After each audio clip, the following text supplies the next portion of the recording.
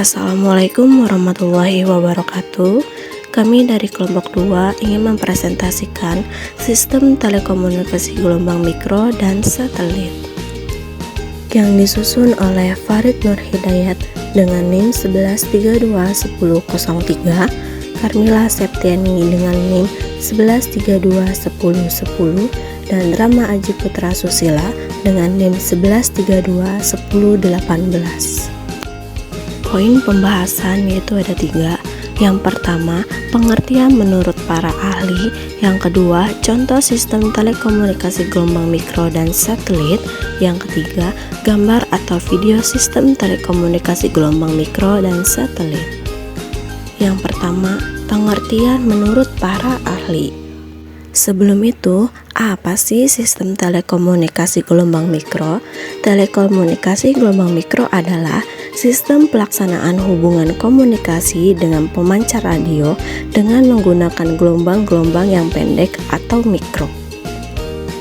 Menurut para ahli Edwin Armstrong, seorang insinyur Amerika yang dikenal karena kontribusinya pada pengembangan radio FM, frequency modulation, menggunakan gelombang mikro, pencapaian ini memberikan perbaikan pada kualitas siaran video.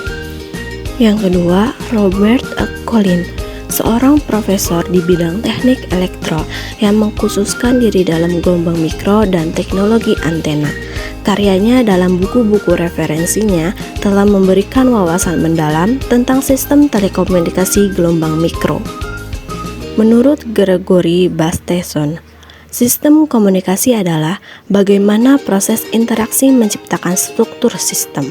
Bagaimana orang merespon satu sama lain menentukan jenis hubungan yang mereka miliki. Yang keempat, Dr. Harold A. Rosen menyatakan salah satu bapak komunikasi satelit modern dan terlibat dalam pengembangan satelit Telstar yang pertama. Kontribusinya dalam membangun sistem telekomunikasi satelit memungkinkan penyiaran TV lintas benua pertama dan membuka jalan bagi era komunikasi satelit yang lebih maju. Yang kelima, Robert Collin menyatakan seorang ahli telekomunikasi yang telah memberikan kontribusi dalam bidang komunikasi satelit dan sistem telekomunikasi lainnya. Namun, saya tidak memiliki info rinci tentang pandangan khusus terkait sistem telekomunikasi gelombang mikro dan satelit. Contoh sistem telekomunikasi gelombang mikro. Contoh sistem telekomunikasi gelombang mikro dan satelit. Yang pertama ada radar. Radar adalah singkatan dari Radio Detection and Ranging yang menggunakan gelombang mikro untuk mendeteksi, melacak, dan mengukur jarak dari objek. Radar digunakan dalam berbagai aplikasi termasuk penerbangan, navigasi kapal, pemantauan cuaca, dan militer. Yang kedua, micro oven. Oven adalah gelombang mikro memanfaatkan gelombang mikro untuk memanaskan makanan. Gelombang mikro dihasilkan oleh magnetron di dalam oven dan menembus makanan. Penyebab molekul air dalam makanan bergetar yang menghasilkan panas dan memasak makanan. Contoh sistem telekomunikasi gelombang satelit. Contoh sistem telekomunikasi gelombang satelit yang pertama ada satelit Palapa. Satelit Palapa ialah nama bagi sejumlah satelit telekomunikasi geostasioner Indonesia untuk menyediakan layanan komunikasi seperti televisi satelit, internet satelit, layanan telepon, dan komunikasi data lainnya. Yang kedua, sistem pengamatan bumi. Satelit mengamankan bumi digunakan untuk mengambil gambar dan data dari permukaan bumi untuk berbagai tujuan, termasuk pemantauan lingkungan, pemetaan, dan survei geospasial. Contoh sistem ini termasuk Landsat, Sentinel, dan MODIS. Mari kita simak video berikut ini. Kita semua pasti tahu bahwa banyak satelit mengorbit planet kita setiap hari, dan bahwa satelit-satelit ini membantu kita dalam beberapa cara. Anda mungkin terkejut mengetahui bahwa ada hampir 4.900 satelit yang mengorbit bumi. Pertanyaan paling jelas yang muncul dalam pikiran adalah, mengapa satelit-satelit ini berada di orbit yang sangat berbeda? bagaimana satelit menjalankan semua fungsinya, dan apa saja komponen di dalamnya yang membantu satelit-satelit ini menyelesaikan semua tugas yang diberikan. Mari kita telusuri jawaban untuk semua pertanyaan ini secara terperinci. Semua mengetahui fakta bahwa satelit tetap berada di orbitnya karena keseimbangan antara gaya tarik gravitasi dan gaya sentrifugal. Kecepatan sudut satelit ditentukan oleh persamaan keseimbangan gaya yang menyeimbangkan gaya gravitasi dan gaya sentrifugal. Ketika diluncurkan, satelit akan mendapatkan kecepatan yang cukup untuk menyeimbangkan kedua gaya ini. Satelit yang dekat dengan bumi membutuhkan kecepatan lebih untuk menahan tarikan gravitasi jika dibandingkan dengan satelit yang terletak jauh dari bumi. Karena hambatan yang dapat diabaikan di ruang angkasa, satelit tidak pernah kehilangan kecepatan. Ini berarti satelit akan melanjutkan gerakan memutarnya di sekitar bumi tanpa sumber energi eksternal. Satelit ditempatkan di orbit bumi rendah, orbit bumi menengah, atau orbit geosinkron. 3 orbit ini diilustrasikan di sini. Kami akan menjelaskan lebih rinci nanti.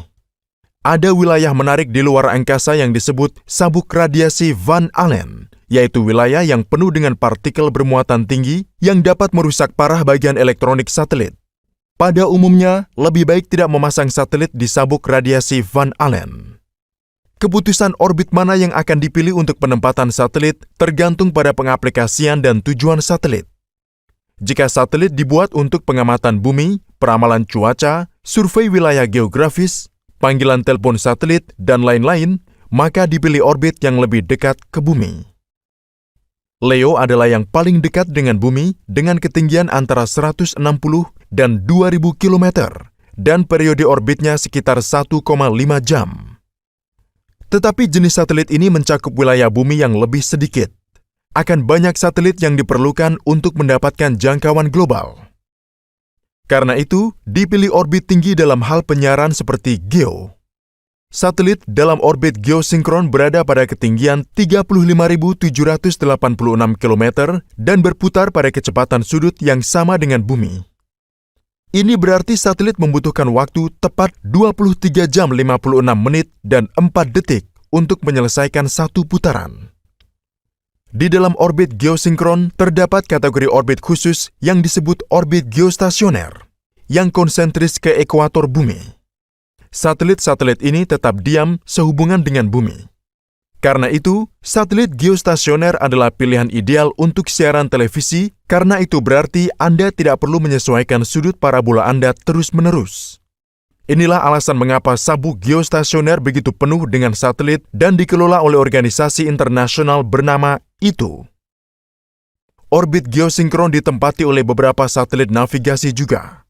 Satelit geo dapat menjangkau sepertiga permukaan bumi, sehingga 3 satelit cukup untuk melingkupi seluruh bumi. Untuk pengaplikasian navigasi seperti GPS, MEO adalah pilihan bijak. Meskipun Leo paling dekat dengan bumi, satelit di orbit ini berputar dengan kecepatan yang sangat tinggi. Karena itu, penerima di bumi gagal melakukan perhitungan navigasi secara akurat. Terlebih lagi, Leo membutuhkan lebih banyak satelit untuk mencakup seluruh bumi. Maka dari itu, satelit GPS menggunakan MEO. Dalam sistem GPS yang khas, 24 satelit dapat mencakup seluruh bumi dan periode orbitnya adalah 12 jam. Sekarang, mari kita lihat komponen utama satelit komunikasi beserta fungsinya. Di jantung komunikasi, satelit adalah transponder. Tugas utama transponder adalah mengubah frekuensi sinyal yang diterima, menghilangkan noise sinyal, dan memperkuat daya sinyal. Pada satelit Ku-band, transponder mengonversi dari 14 GHz ke 12 GHz, dan satelit bisa berisi 20 atau lebih transponder. Jelas bahwa transponder membutuhkan banyak daya listrik untuk menjalankan semua fungsi ini. Untuk catu dayanya, satelit memiliki opsi baterai dan panel surya. Panel surya digunakan untuk memberikan daya ke peralatan elektronik, tetapi kemudian menggunakan baterai saat terjadi gerhana. Anda bisa melihat sensor matahari di satelit. Sensor matahari ini membantu memiringkan panel surya ke arah yang benar, sehingga dapat mengekstraksi daya maksimum matahari. Sekarang, mari kita lihat bagaimana transponder menerima sinyal input dari antena. Antena yang paling umum dipasang pada satelit adalah antena reflektor. Suatu satelit seharusnya mengikuti orbit yang dimaksudkan dengan lancar. Namun, medan gravitasi di sekitar satelit tidak sama karena distribusi massa bumi yang tidak merata dan keberadaan bumi serta matahari. Karena itu, terkadang satelit dipindahkan dari posisi orbital yang dimaksudkan. Ini adalah situasi yang berbahaya karena akan menyebabkan hilangnya sinyal. Untuk menghindari situasi seperti itu, maka satelit menggunakan thruster. Thruster ditembakkan dan menjaga satelit di posisi yang tepat. Ini juga membantu satelit untuk menghindari sampah antariksa. Bahan bakar yang dibutuhkan thruster disimpan dalam tangki di badan satelit. Posisi satelit dan kontrol thruster terus dipantau dari stasiun di bumi. Selain kontrol posisi, stasiun bumi juga memantau kesehatan dan kecepatan satelit. Ini dilakukan melalui sistem pelacakan, telemetri, dan kontrol. Sistem ini secara terus-menerus mengirim sinyal ke stasiun bumi dan mempertahankan kontak antara bumi dan satelit. Umumnya, sinyal-sinyal ini dipertukarkan pada frekuensi yang berbeda untuk membedakan dari sinyal komunikasi lainnya. Pernahkah Anda berpikir apa yang terjadi pada satelit ketika tidak lagi berfungsi atau rentang hidupnya mendekati akhir? Satelit-satelit ini dapat membahayakan satelit atau pesawat ruang angkasa yang beroperasi lainnya. Untuk menghadapi situasi ini, satelit tidak aktif dipindahkan ke orbit graveyard dengan mengaktifkan thruster. Hanya dengan meningkatkan kecepatan rotasi satelit, maka kita akan bisa memindahkannya ke orbit radius yang lebih tinggi. Operasi ini terlihat jelas dalam animasi. Orbit graveyard berada beberapa ratus kilometer di atas orbit geostasioner.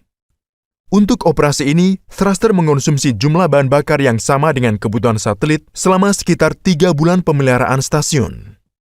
Satelit yang sudah kita diskusikan sejauh ini adalah satelit komunikasi. Untuk satelit GPS, komponen yang paling penting adalah jam atom dan antena. Antena navigasi L-band yang digunakan dalam satelit semacam ini juga diilustrasikan di sini. Satelit pengamatan bumi yang sebagian besar di LEO membawa berbagai jenis sensor, pencitra, dan lain-lain tergantung pada misinya. Sekarang, untuk beberapa informasi menarik lain, dalam visual satelit di video ini, Anda mungkin melihat bahwa satelit ditutupi dengan kertas timah berwarna emas. Apa tujuan dari kertas timah ini? Bahkan itu bukan kertas timah, seperti yang terlihat pada pandangan pertama.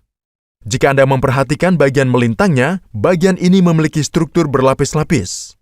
Satelit menghadapi variasi suhu yang sangat besar di ruang angkasa, yaitu suhu bervariasi dari minus 150 hingga 200 derajat Celcius. Apalagi satelit menghadapi masalah radiasi matahari yang berat. Bahan ini sebenarnya bertindak sebagai perisai yang melindungi komponen satelit dari variasi suhu yang berat dan dari radiasi matahari. Itulah presentasi dari kelompok kami. Sekian dan terima kasih. Wassalamualaikum warahmatullahi wabarakatuh.